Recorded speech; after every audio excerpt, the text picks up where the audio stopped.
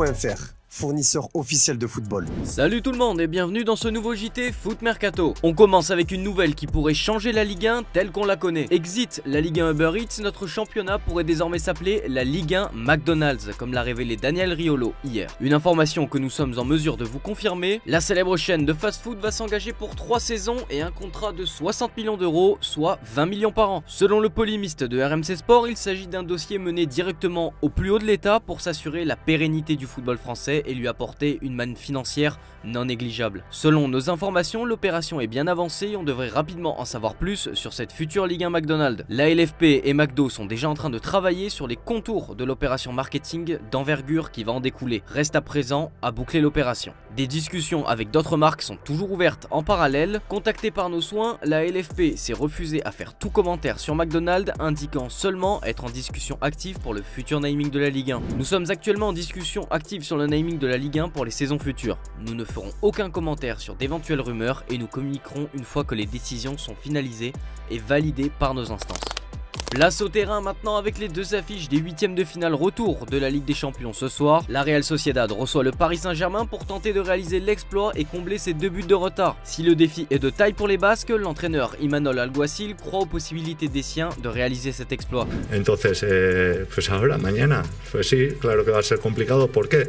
Porque el PSG tiene una de las mejores plantillas de todos los equipos que participan en la Champions, es uno de los favoritos, pero es que fuimos capaces en la primera hora de jugar de tú a tú al PSG, de ser capaces de incluso ponernos por delante y que fueron detalles, por no decir regalos nuestros, los que hicieron que esta eliminatoria haya venido aquí con un 2-0. Entonces, claro que creo que se puede.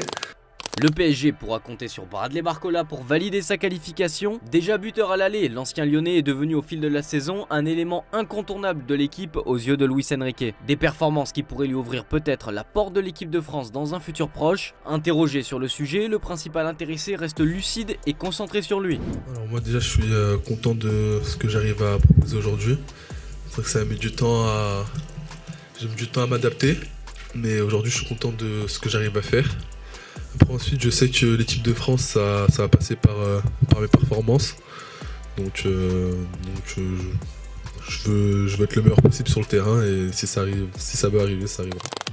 L'autre homme très attendu ce soir, c'est Kylian Mbappé. Sorti à la pause contre Monaco vendredi dernier, le divorce entre le club et le joueur est bien acté. Son arrivée au Real Madrid ne fait aucun doute et plusieurs suiveurs sont déjà impatients à l'idée de le voir Mbappé avec le maillot merengue. À l'instar de Ruud Gullit, ballon d'or en 1987 dans un entretien accordé à AS. Le Real Madrid est le plus grand club du monde. Si Madrid vous appelle, vous dites oui la plupart du temps, vous ne dites pas non. Je comprends que Madrid veuille avoir le meilleur joueur, c'est pour ça qu'ils ont choisi Cristiano et d'autres joueurs de ce calibre. Et je comprends que Mbappé pense qu'il peut gagner avec le Real Madrid. Il a déjà gagné avec le PSG, mais il veut gagner à la Ligue des Champions et il ne pense peut-être que ça n'arrivera pas au PSG. Quand Mbappé arrivera, ce sera le patron. Il sera le plus haut dans la hiérarchie. N'oublions pas qu'il a déjà gagné une Coupe du Monde, aussi jeune soit-il. Et dans une autre finale de Coupe du Monde, il a aussi marqué 3 buts.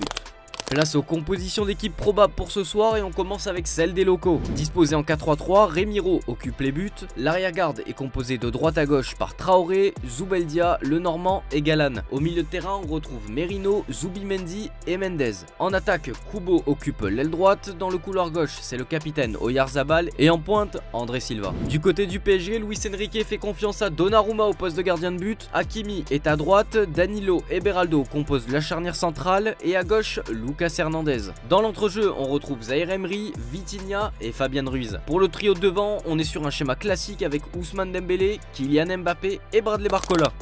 L'autre affiche de ce soir, c'est le Bayern Munich qui reçoit la Lazio après s'être incliné 1-0 au match aller. Malgré la crise, l'avenir de Thomas Tuchel ne sera pas menacé dans l'immédiat, quelle que soit l'issue de ce soir, d'après le principal concerné. Nicht von meiner Seite und für andere kann ich nicht sprechen. Also ich weiß, was wir vereinbart haben, das haben wir auch kommuniziert und deshalb. Aber es kann nicht jeder sicher sein, dass es niemanden gibt, der mehr Ehrgeiz hat, morgen das Spiel zu gewinnen als ich.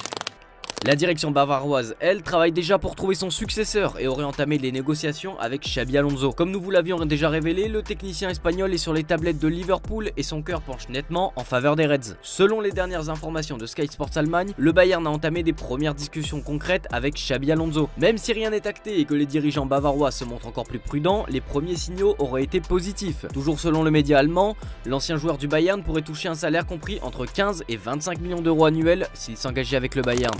Autre départ sur le point d'être acté, c'est celui d'Alphonso Davies. Après que la direction du Bayern a fait savoir publiquement qu'aucun joueur ne partira libre, le Real avait trouvé un accord contractuel avec le joueur. Lié au Bayern jusqu'en 2025, le latéral gauche est dans une situation propice à un départ. Mais alors que le Real Madrid ne proposait que 35 millions d'euros, Munich avait fait savoir que le tarif réclamé serait de 50 millions. Les Bavarois ont bien fait d'insister puisque selon l'Acadé Nasser, Madrid va revoir son offre à la hausse pour arriver à la somme exigée par le Bayern. Le joueur devrait s'engager pour un contrat de 4 ans. Et pour remplacer Alphonso Davies, le Bayern a coché le nom de Théo Hernandez. Le Français de 26 ans, sous contrat jusqu'en 2026 avec l'AC Milan, est ouvert à un départ, selon Sky Sports. Mais il reste à convaincre les rossonneries de le lâcher, eux qui souhaitaient le prolonger. Pour s'offrir le Français, le Bayern devra débourser environ 60 millions d'euros. On reste en Italie avec la Juventus qui prépare déjà l'après Allegri. Malgré sa deuxième place, l'actuel coach italien est sans cesse sous le feu des critiques. Sous contrat avec la vieille dame jusqu'en 2025, les dirigeants des Bianconeri se disent prêts à se débarrasser de l'italien dès cet été, selon nos informations. L'heure est donc au changement, la Juventus veut écrire une nouvelle page de son histoire dans un projet sportif nouveau, axé notamment sur la jeunesse. Et pour guider ce nouveau projet, la Juventus a ciblé le profil de Thiago Motta. D'après nos indiscrétions, le directeur sportif Cristiano Giuntoli pousse en interne pour faire venir l'ancien milieu du PSG, auteur d'une saison flamboyante à la tête de Bologne. Selon nos indiscrétions, les négociations ont bien débuté entre les deux parties. Thiago Motta a ouvert la porte à une arrivée sur le banc des Bianconeri l'été prochain, mais souhaite rester concentré sur cette fin de saison. Les discussions vont se poursuivre dans les prochaines semaines. L'ancien milieu parisien sera en fin de contrat l'été prochain.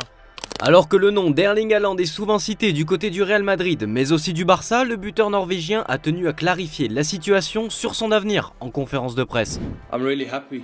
Especially with the people that I'm surrounded with, the manager, the directors, the board. They are a group of amazing people, and I'm really happy. I have to say, if I say this now, it's probably going to be a massive headline tomorrow. You never know what the future brings.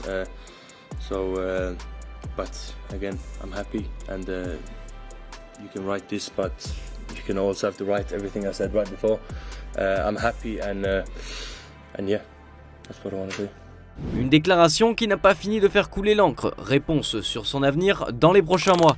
Sans club depuis son départ de Birmingham en janvier dernier, Wayne Rooney lui est libre de tout contrat. L'ancien joueur de Manchester United, désormais entraîneur, a retrouvé un poste, mais pas sur un banc de touche. L'ancien joueur de 38 ans a été engagé par TNT Sports en tant que consultant pour les matchs de Manchester United et Everton, ses deux anciens clubs. Il fera ses débuts ce samedi lors du match opposant les deux équipes, comme l'indique le tabloïd The Sun.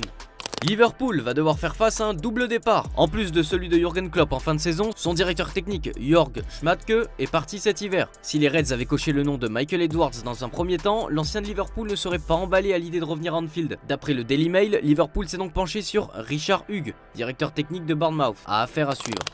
On passe aux officiels du jour avec déjà un départ acté pour Toulouse. Prêté depuis le début de saison au Spartak Prague, Veljko Birmančević va définitivement s'engager avec le club tchèque en juillet 2024, qui a levé son option d'achat. Artisan majeur de la grande saison de Brest jusqu'à présent, Hugo Magnetti a accepté une proposition de prolongation du club. Il est désormais lié jusqu'en 2027 avec le club breton. Libre de tout contrat après une expérience en Arménie avec le club d'Urartu, l'attaquant français Yaya Sanogo rallie la Chine et la formation de Qingdao Red Lions, qui évolue en 2e division. Le joueur s'est engagé jusqu'en décembre 2024.